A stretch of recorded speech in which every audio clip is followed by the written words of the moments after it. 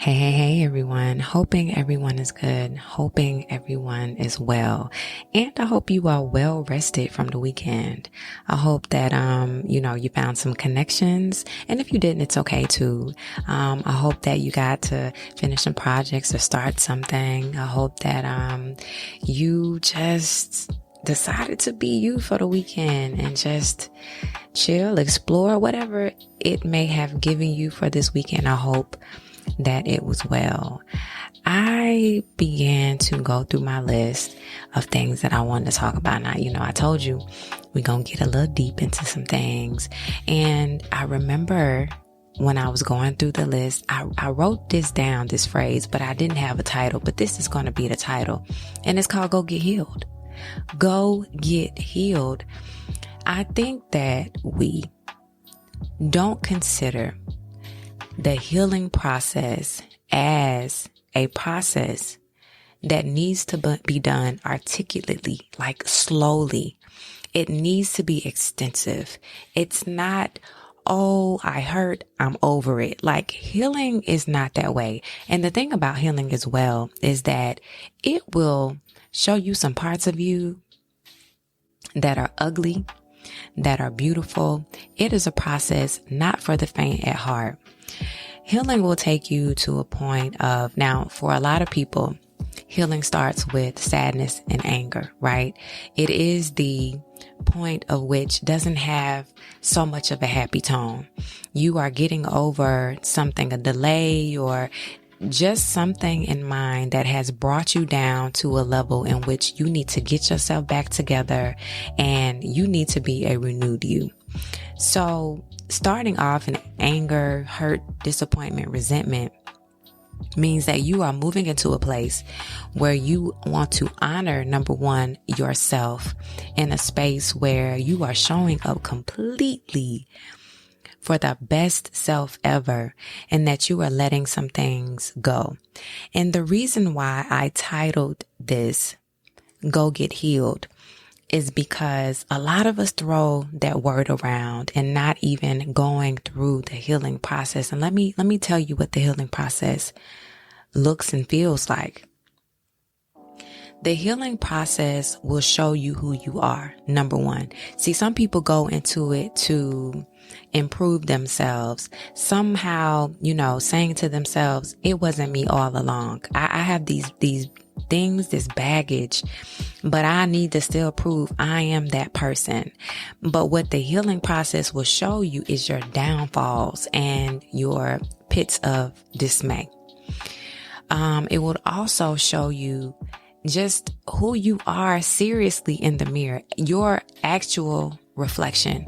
You'll start to reflect on things that you have gone through, situations that you have been through, and understanding that maybe 100% of it wasn't your fault, but you contributed to it, right?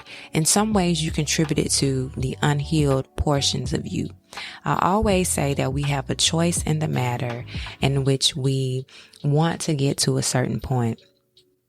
I'll use this example for a man or a woman who is in a relationship and it is constant bickering and arguing, going back and forth.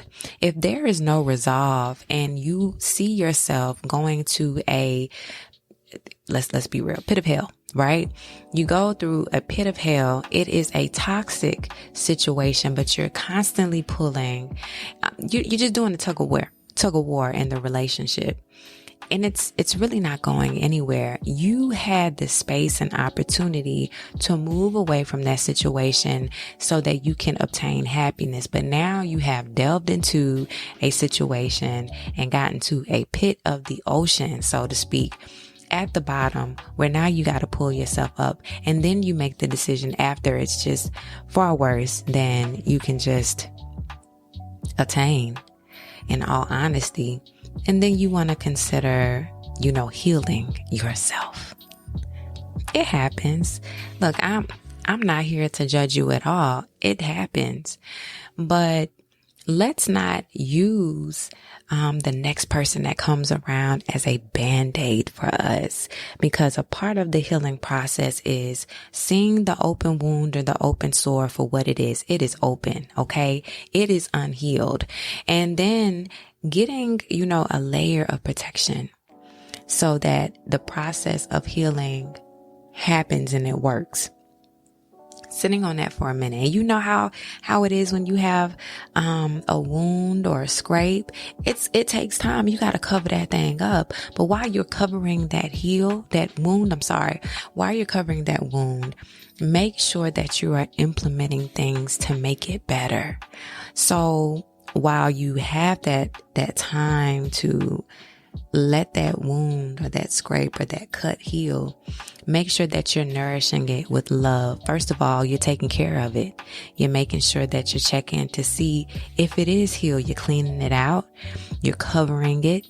You're covering it with love. You're covering it with protection. You are protecting yourself. You're also making sure that you're not doing anything to disrupt the healing. Therefore, not picking at it, not getting to a situation where it exposes you to be cut or scraped again. This is the important part about healing and being unhealed that a lot of people will miss. While you are in the healing journey, it is not a good idea to walk into places where you bump up against what is being healed, while you expose yourself while you are being healed, because you're prolonging the healing process. Therefore, I am not engaging in situations with people where I'm being more open to that wound or that sore being damaged. What you're doing is covering up and making excuses for this open wound. See, let me back up. When we leave a situation unhealed, right? Done. We're taking this time to get ourselves together. A lot of people, they gauge into situations with other people, wanting for someone to cover them and heal them. Listen to that again. We bump into, ignite, connect with people hoping that they cover the wound for us, that they make the boo-boo all right. But what you're really doing is, number one, the person that you may connect with, this person could be healed or unhealed. Now, situations could be different depending on if you have a healed or an unhealed person. If y'all two unhealed people, y'all got a toxic situation going on. And guess what? Y'all are not helping the situation in which you both individually need to be healed. If you're walking into a space where you are the unhealed party and they are the healed party, well, guess what? You are dumping and putting all of your responsibilities on the healed person to fix you, to make you right, and to make you whole. That, my dear family, that's unfair. The reason why the healing journey takes a while is because, number one, you got to sit with the fact that there are some things you got to get right. It may have been somebody's fault, but let me tell you something about that. Now, we can put blame on other people, but just like I said before, we have a position and a place in which we've set ourselves in. Okay? And it is not the responsibility of someone else to make sure that we are okay. We have to have us first. We are primary. So the process of healing means that I'm sitting onto my own stuff. I am just rejuvenating and taking the time to get to know me again, right? Because again, like I mentioned this in another episode, when we get to know people, especially when we have a connection, we like what they like sometimes. We ignite with them we become one in a sense, whether it is friendship or relationships. The knowing and the similarities, we become one in a sense. So when you move away from it, you are still carrying on the ways of another person. Therefore, you have to reset yourself and get yourself together. That is why the healing journey is important. On another note, to add on to it, when we are on this healing journey, we have to be aware, self-aware, that what we're doing is for us and not for other people. It could be a situation where you and that person, let's say relationship, y'all decide to take a break. Maybe it was too toxic, in the relationship. And therefore y'all chose to just separate for a minute. Maybe talks of getting back together, but right now in the space in which the both of you were, it wasn't conducive to a healthy relationship. So you go on this quote unquote healing journey to prove to the other person that you are completely whole. Get back into the situation and it's more of a mess because you didn't take the time to thoroughly be self-aware of you, think things through, and reset yourself. Many times in toxic situations, there is an underlying issue that has really nothing to do with the other person. It has much to do with the person who is unhealed and throwing the toxicity towards the other person.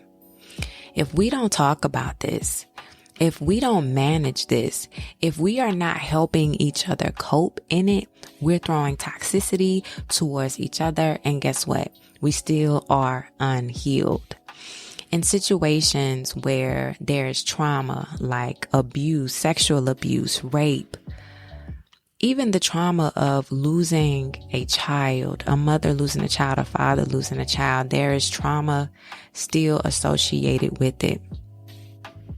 If you are not going through the process of grieving that particular thing that took you to a place where it endangered you mentally and spiritually, you'll still walk around with the same baggage, carrying it over into other places and other parts.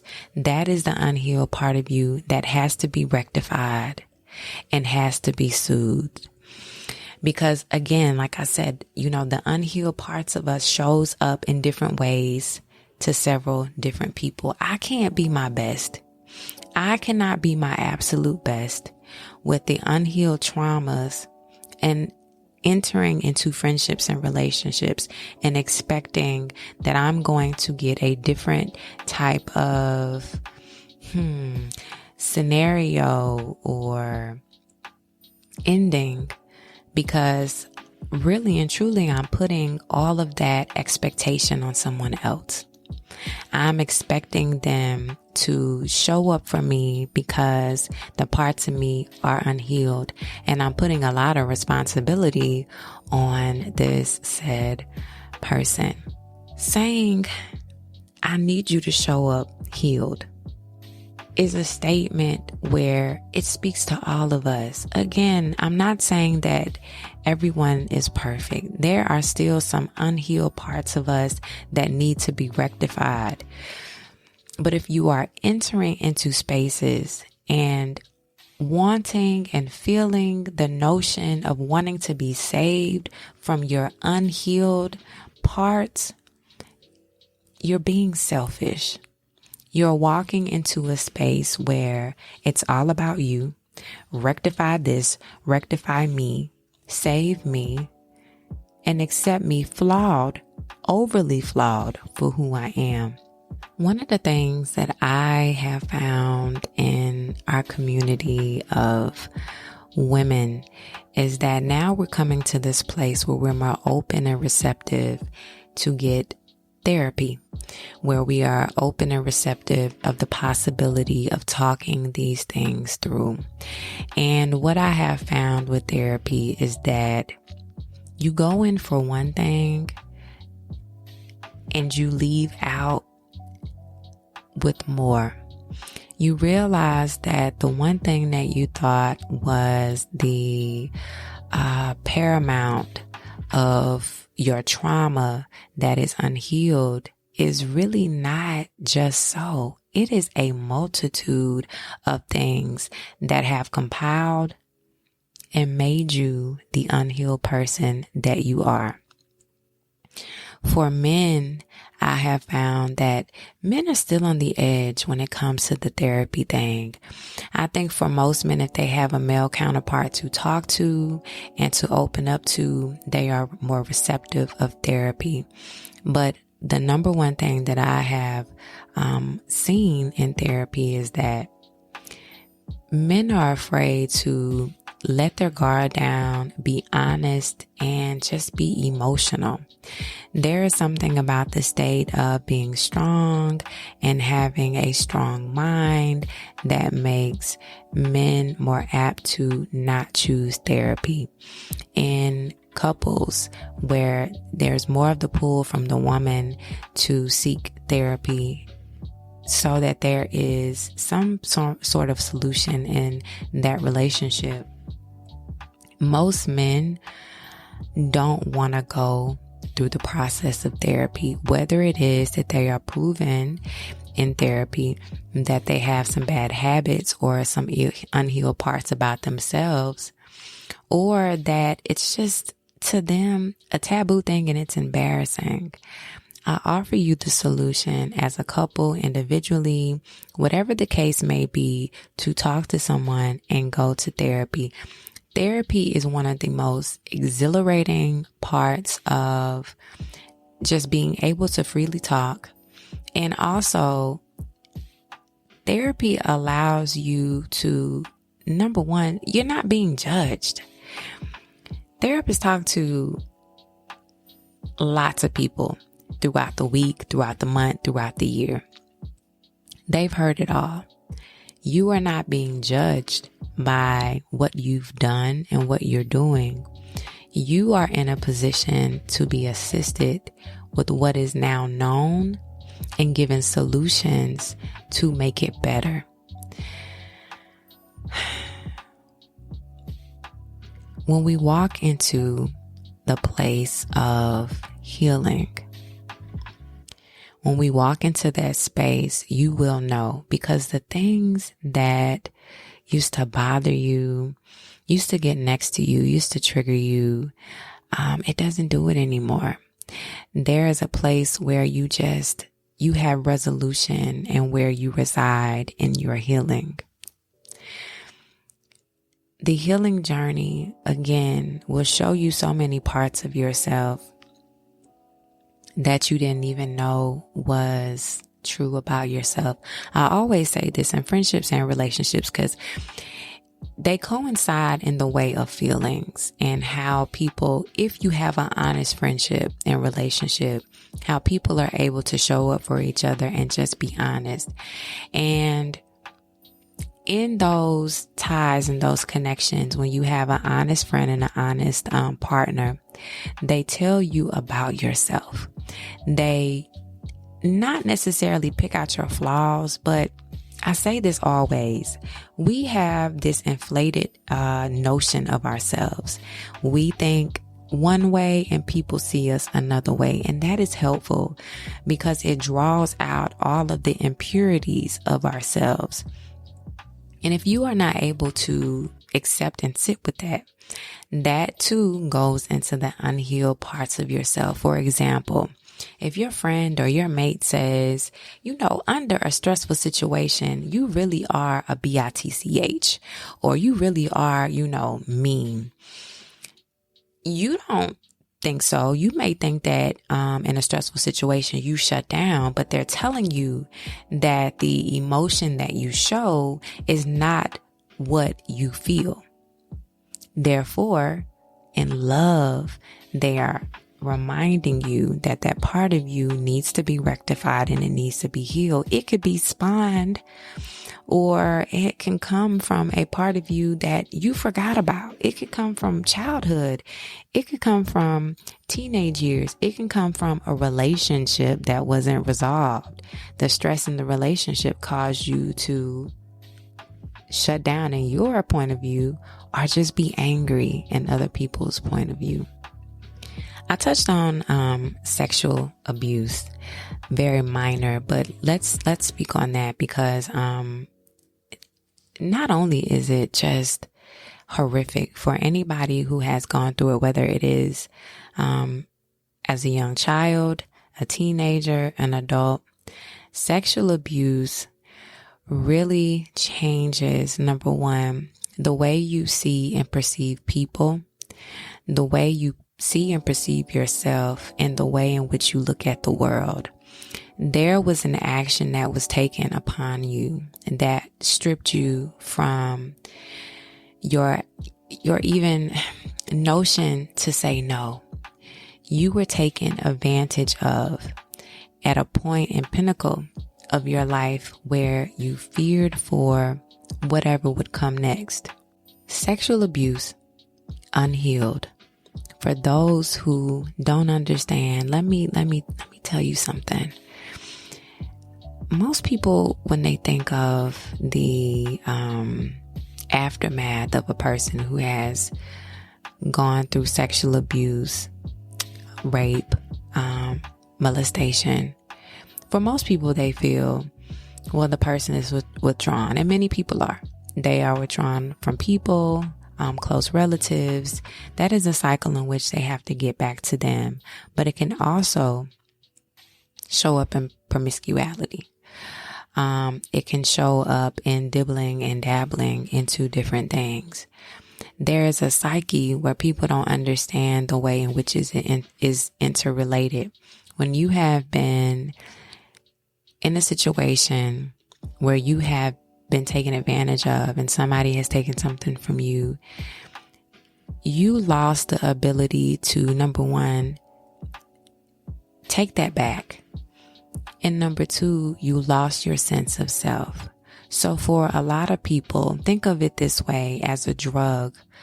When people are going through stressors or just traumatic events, they may pick up a drug and they may use it for a significant amount of time. People who pick up several partners do so because, number one, the love is gone. You know, the feeling that they wanted to initiate love was taken away from them. And so they self-soothe themselves in being with several partners to alleviate the pain that they felt. And for others, they feel that there is no form of care. It's already been taken away from me. I'm just going, do whatever. It hurts, but guess what? What can I do about it? In this position and sitting there and thinking this way and just moving in ways that are really negative, number one, for our mental, but also our physical, is a way in which we overdose on sexuality and being promiscuous, taking us away from the reality that people were taken advantage of against their will. Not only was the binding of love not real, but what was snatched was the individual person who was screaming for the other person to stop, or who was hurt in the process physically by trying to fight and protect what was rightfully theirs. When you don't heal from something as horrific as that,